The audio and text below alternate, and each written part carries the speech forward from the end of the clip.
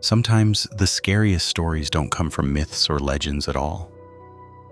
They come from ordinary people who walked into the wrong forest at the wrong moment and came back with wounds no one could explain. Tonight you'll hear two of those stories. Both are true. Both happened in the quiet countryside of Europe, and both began with something small, a bell ringing in the distance, and a dream that hurt too much to be a dream. Story 1: The Bell. Deep in the rural mountains of France, there is a forest that locals describe with a strange certainty.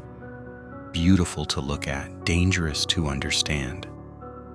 Most people avoid it.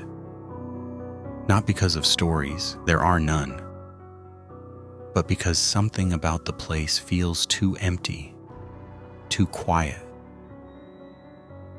Like the kind of silence that only exists when something else is listening. This forest hides a man-made lake, built decades ago and forgotten almost immediately afterward. It's not on any hiking app, not on any tourist map. The only ones who know its location are the people who grew up wandering these woods. Bella was one of them. In June 2019, after her first year of college, Bella came back home. She had missed the mountains, the cold morning fog, the smell of damp soil. Most of all, she missed hiking alone through the deep woods toward that isolated lake no one else cared about. So on her first free morning, she grabbed a small backpack and headed out. The path was unmarked, just faint impressions in the ground where years of her footsteps had passed. For nearly an hour, she heard nothing but the stream beside her.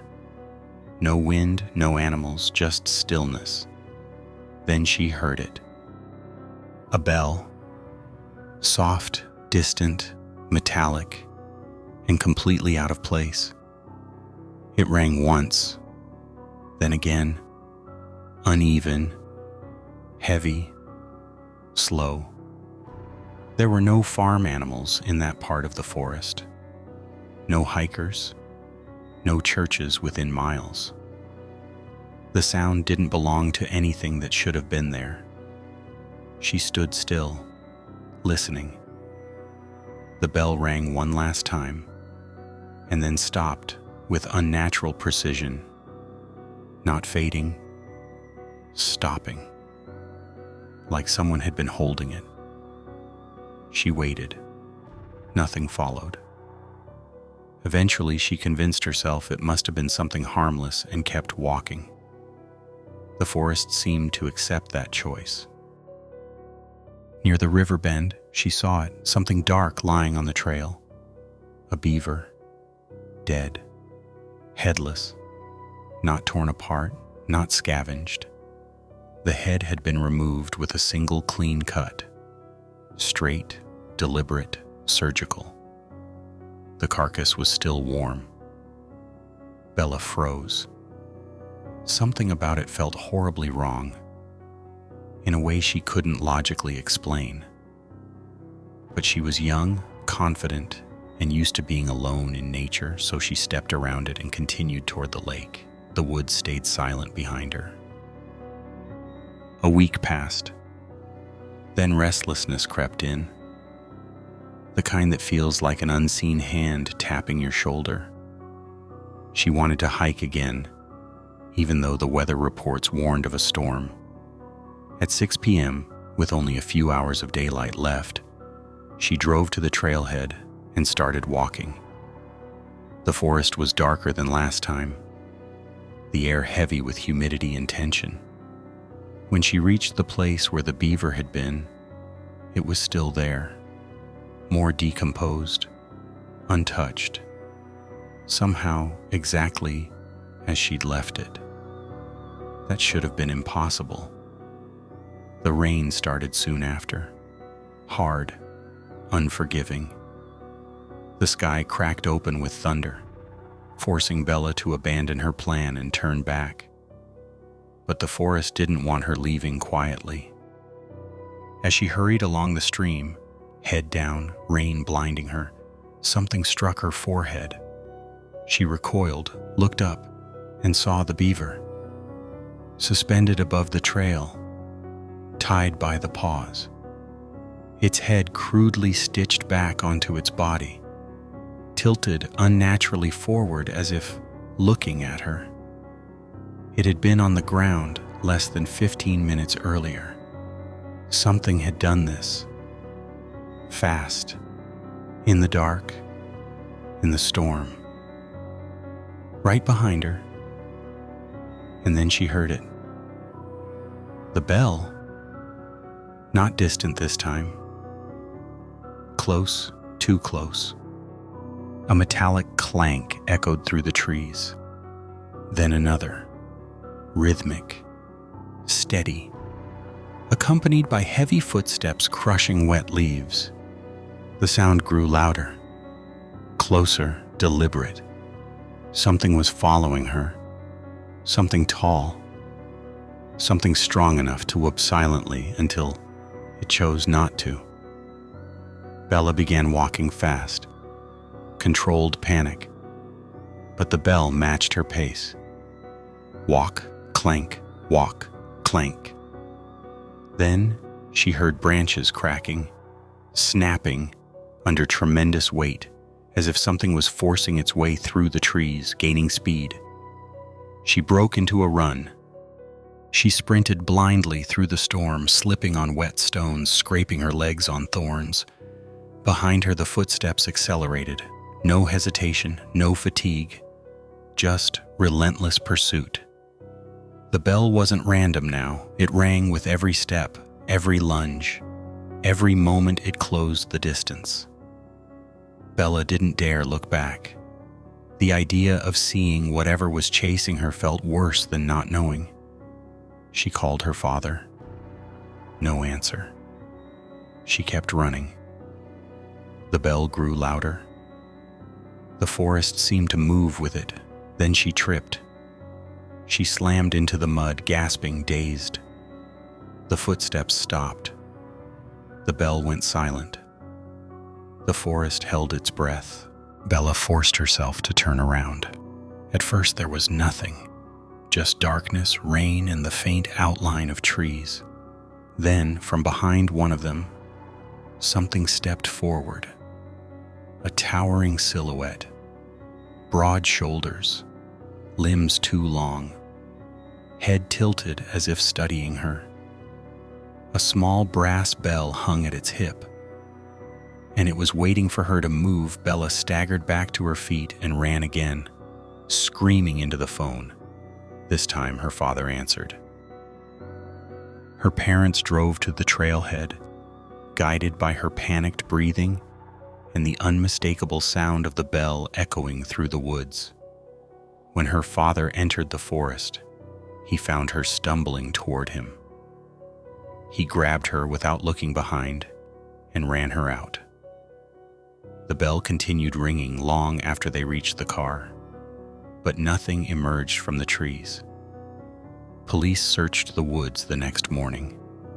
They found no footprints, no rope, no carcass, no tool, nothing.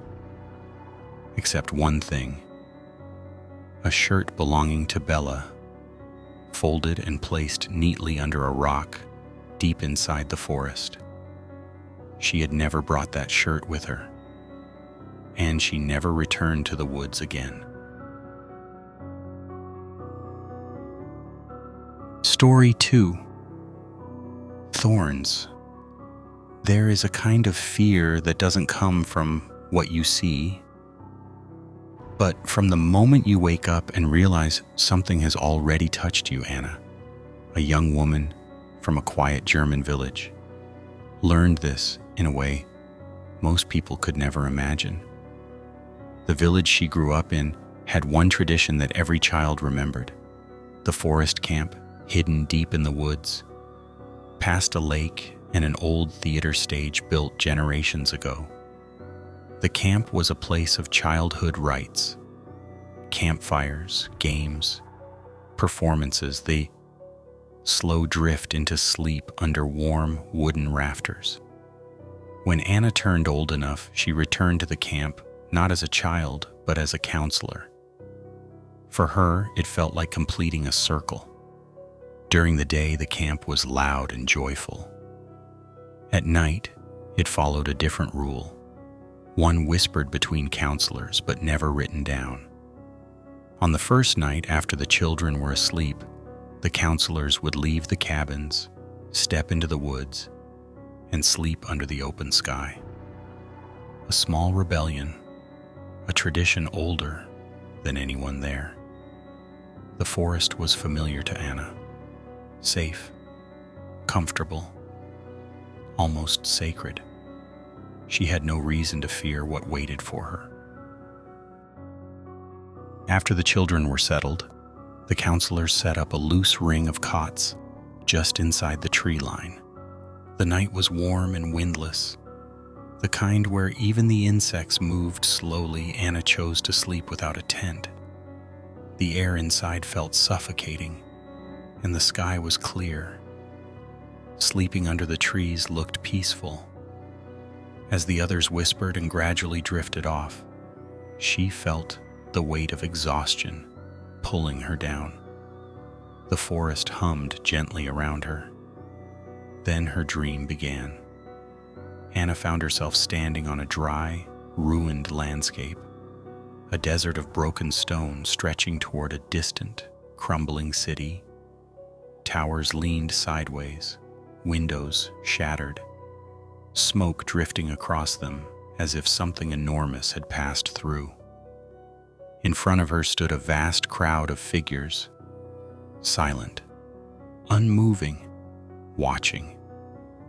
They were arranged like an ancient army, shoulder to shoulder, stretching to the edges of the horizon.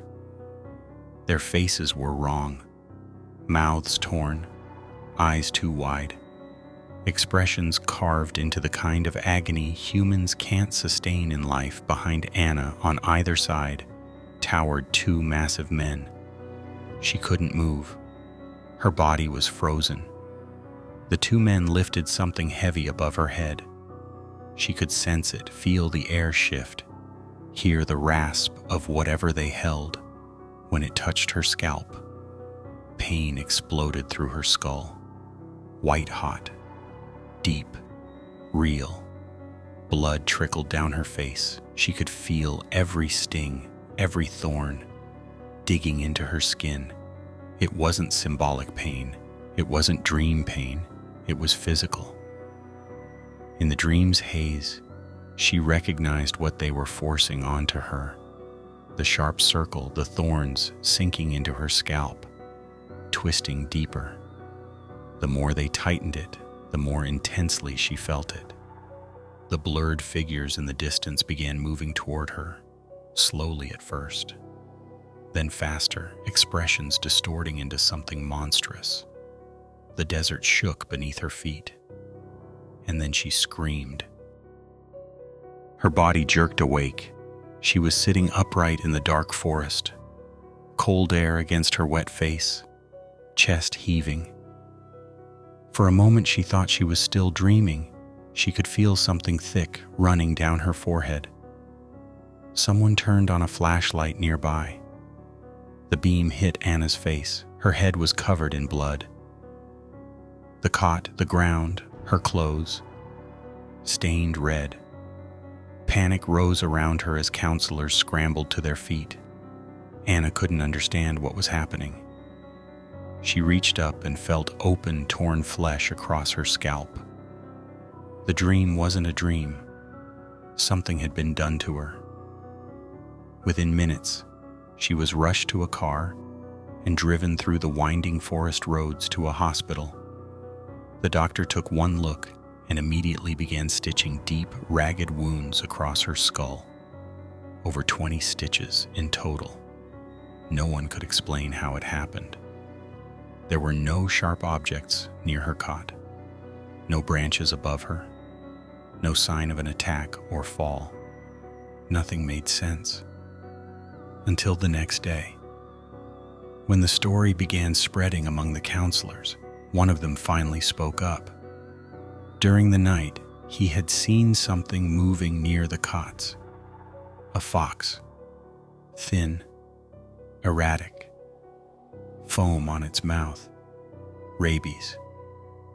It had been approaching the group repeatedly, weaving between trees as if drawn by something. The counselor had shooed it away twice, but eventually stopped paying attention. The only explanation was horrifying. While Anna slept, the rabid fox had climbed onto her cot and begun chewing into her scalp, its teeth tearing through skin, ripping hair away, digging into her skull with frenzied, diseased bites. Her mind, incapable of processing the real sensation, translated the pain into a nightmare. A crown of thorns pressed into her head. The dream and the attack were happening at the same time. Reality and nightmare merging, impossible to distinguish. Anna survived. She received immediate treatment for rabies and healed physically over the following months. The scars are still there, hidden by her hair, but unmistakable if you know where to look. What stayed with her wasn't the wound. It was the knowledge that her dream had been accurate in one detail. The pain was real, and something had been standing over her while she slept. Subscribe and walk deeper in the dark.